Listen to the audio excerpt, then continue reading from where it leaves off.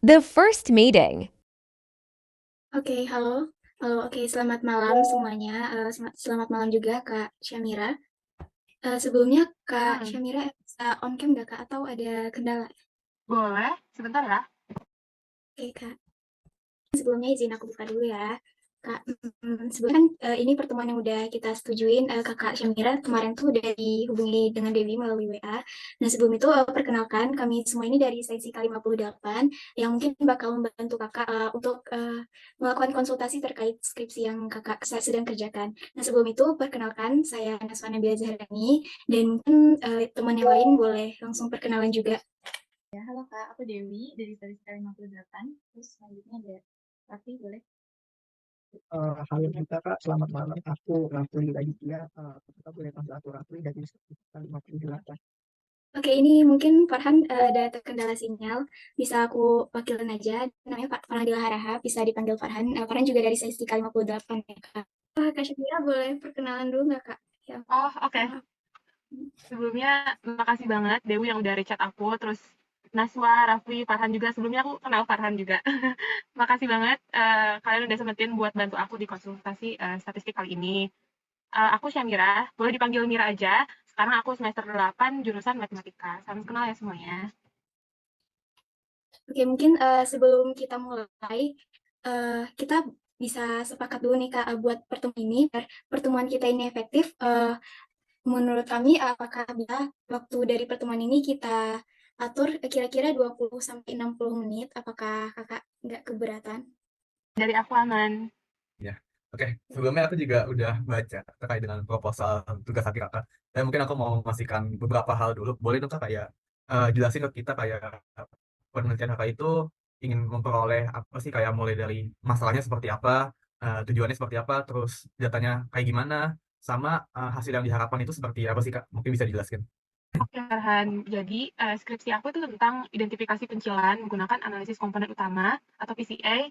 Ada 3 PCA, ada PCA klasik, terus ada makna, robust. Nah, untuk datanya itu aku bangkitin sendiri dengan 10 variabel dan 200 baris. Terus juga aku tambahin pencilannya 0%, 5%, 10%, sama 15%. Terus juga distandarisasi dengan nilai tengahnya itu 0 sama standar deviasinya tuh 0. Kalau permasalahan skripsi yang lagi aku hadapin ya, sebenarnya aku udah buat sintak pembangkitan datanya, tapi saat dideteksi dengan deteksi pencilannya dengan PCA itu ketiga PCA tadi klasik makro robust itu hasilnya sama aja, maksudnya nggak ada bedanya gitu dan nggak terlihat mana PCA yang paling efektif untuk mendeteksi pencilan. Nah gitu sih. Oke, mungkin aku mau nanya ini dulu kayak pencilannya itu, aku lihat di deskripsi kakak tuh ada dua jenis pencilan ya, ada pencilan baris sama pencilan sel. Nah itu yang mau kita uji itu yang mana ya kak? Yang mau kita uji itu sel. Ada preferensi khusus nggak kenapa milih cellwise dibandingkan dengan rowwise? Aku pakai Cellwise karena aku juga mau bandingin ketiga PCI tadi sama DDC, detecting deviating cell. Jadi aku Oh, pakai metode PCI dulu, baru dibandingin sama selanjutnya dibandingin sama DDC. berarti bangkitin data aslinya tuh menjebak normal dengan kata-kata nol dan standar deviasi satu. Juga aku mau nanya ini tentang peta pencilan ya, Kak. Aku juga baca di papernya. Ini kaitannya memplotkan orthogonal distance dengan score distance. Ini berarti sebelumnya pernah dicoba ya, Kak? Iya pernah dicoba dan juga sebenarnya aku masih ada kendala di plot ini sih. Kalau perkiraan aku ya masalahnya itu ada di datanya aku. Jadi masalahnya ada di data sama di plot. Ya, Jadi mungkin aku mau ngerangkum dulu kali ya dari awal. Jadi penelitian data ini intinya kita awalnya ngebangkitin data sebanyak 8 sampai 10 variabel dengan 200 amatan, itu dengan karakteristik 0%, 0% tanpa pencilan, terus 5%, 10%, dan 15%. Lalu kita melakukan PCA yang klasik, PCA makros, sama PCA robust untuk mendeteksi pencilan, yang mana pencilannya dideteksi dengan yang namanya plot pencilan atau peta pencilan, yang mana itu merupakan grafik antara orthogonal distance dengan score distance. Lalu setelah itu dibandingkan kira-kira ada berapa pencilan dari semua data itu dengan tiga metode tersebut.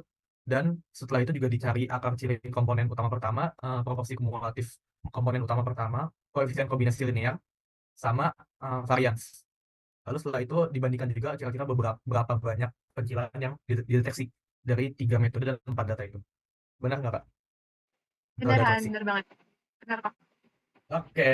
Oke, makasih Farhan, makasih juga Kamira. Oke, jadi mungkin buat meeting kali ini sampai sini aja ya. Dan makasih juga buat Kamira udah sharing-sharing tadi tentang proyek Kamira. Mungkin sebelumnya kita bisa dokum dulu kali ya. Makasih ya teman-teman udah mau bantu aku. Makasih guys. Oke, thank you Kak. Terima kasih Good luck waktunya. ya. Second meeting. Pak, mungkin sebelum mulai kenalin lagi karena kemarin ngeliat Zoom aku Nasa, ini Dewi, terus ini Raffi sama Farhan. Kakak abis ini ada jadwal nggak atau buru-buru gitu? Enggak, mungkin waktunya paling lama kayak kalau misalnya lama 1 jam. Tapi bisa langsung buat. Oke. Nah, itu kan di proposal penelitiannya kita mendeteksi pencilan menggunakan orthogonal distance dan slow distance. Ya. Tapi pas pengurangan di sini dia tuh malah indeks sama slow distance. Iya, itu juga. Ini masalah. Oh. Kalau indeksnya soal apa observasinya? Indeks 1, indeks 1 berarti observasi pertama, indeks 2 observasi kedua dan lain-lainnya. Terus score distance ini kayak suatu ngukur penilaiannya gitu. Nah, kita tuh deteksi pencilannya pakai ini atau yang ada di proposal. Sebenarnya kan aku tuh buat nentuin pencilannya pakai yang ada di bad lab range point yang paling pojok kanan atas gitu kan. Nah, kalau dari yang kehadiran itu nggak ketemu tuh harusnya 4 kuadran gitu. Iya. Itu jadi cuma 2 kuadran doang kan. Iya. Soalnya ini bukan hubungan antara orthogonal distance dan Iya. slow distance, tapi indeks dengan slow distance. Ini juga yang makro juga kayak gini. Ini Iya. dia aku nggak bisa bilang soalnya yang ini, yang sama. Karena emang aku masih bingung juga sih di makro. Jadi aku yang coba yang robust dulu, robust Kalau sama robust. klasik. Berarti yang orthogonal distance sama slow distance. Objektif. Sejauh ini kendalanya di plot ini sama pembangkitan data. Sarankan membandingkan data sendiri. Mungkin data yang dari nol, terus yang kayak yang sebelum kemarin, terus aku coba ternyata hasilnya kayak gitu kan, gak ada hasil signifikan. Oh. Aku tuh mikir bangkitin datanya kayak kita nentuin proporsi data yang asli sama data pencilan. Misal 5% data pencilan, berarti kan 95% data yang asli, 5% data pencilan. Nah, 95% ini aku bangkitin dengan sebaran statistika. Ada di statistika itu namanya sebaran normal. Nah, aku bangkitin dari sebaran normal dengan rata-rata 1 dan standar deviasi 0. Nah, terus yang ada outlier itu rata-ratanya 5, standar deviasi 10. Kayak gitu. Yang aku bayangin tentang bangkitin data multivariate ini ya. Terus kan tadi ada kondisi di mana kita harus bangkitin data secara apa namanya? Cell-wise outlier. Berarti observasinya kan ada di mana-mana, nggak satu blok aja gitu. Nah, berarti itu di random angka-angkanya. Jadi nggak ada di satu amatan aja. Tapi kelebihannya kalau kita pakai data sekunder, itu mungkin interpretasinya bakal lebih mudah. Interpretasinya. Berarti kita kalau memakai data sekunder nggak ngebandingin 0%, 5%, 10%, 11%, tapi ngebandingin performa dari PCA, makro PCA sama robust PCA itu bagaimana cara metode-metode ini menggambarkan dalam suatu data sekunder tersebut. Terus kita bandingin baik atau enggaknya dari mana? Dari seberapa kesimpulan yang ditemukan. Yang ditemuin. Kalau lebih banyak berarti dari aku mas. Dari aku. Tapi menurut aku parameter kebaikan itu bukan dari situ kan? Dari mana? Kalau Dari apa? Berapa persen kumulatif varian? Korea. Iya. Yang ada di dimensi kedua. Menurut aku dari situ. berarti yang lebih besar yang lebih baik atau Iya. Lebih besar lebih baik. Itu yang proporsi kumulatif komponen utama pertama. Yang kita dapetin di sini ya kak, ini ya presentasi kumulatif yang buat dimensi itu yang paling tinggi itu di robust PCA ya, di robust PCA yang di presentasinya 5 sampai 10%, sekitar udah nyampe 0,5. Terus kalau bangkitan data tuh kita ada yang namanya set gitu kan. Set itu bilangan acak. Jadi kalau tiap kita bangkitin data berubah-ubah gitu. Jadi nggak satu kasus bisa digeneralisir ke semuanya. berarti ini datanya kalian save dulu Makanya ada session itu buat untuk biar datanya tetap gitu nggak berubah. Kalau kakak kemarin tuh nggak pakai save gitu ya? Apa pakai yang juga? Tapi berubah-ubah sih. nah itu harus pakai session. Di sini nggak ada sih. Berarti jadi 200 amatan. 200 excess dulu. Itu aku udah nyoba. Bandingin tiga-tiganya. Overall sih kayak gini. Ini yang 0%. Kan ini katanya orthogonal distance sama slow distance ini 0%. 0% sebenarnya nggak terlalu kelihatan.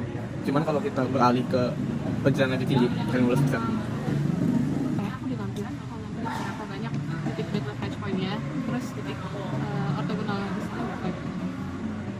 Bakal dijabarin semuanya.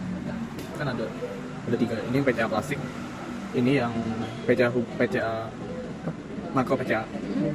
Berarti ini kumulatif 1, 2, 3, 4, 5. 5, sisi yang 5. Ini robust. Iya. Ini 5 juga. Ini robust.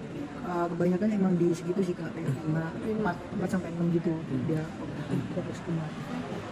Ada yang mau tanya nggak? Makasih banyak. Nanti mungkin kita share ini Oke. Oke, mungkin udah buat teman-teman kita kali ini. Selanjutnya ada lagi nggak pertanyaan? Oh, coba. Cukup Pak. Berikutnya Samira juga udah cukup. Terima kasih banyak atas waktunya Kak. Terus ya semoga terbantu dengan yang udah kita kasih, dan mungkin kalau ada salah dan kurangnya mohon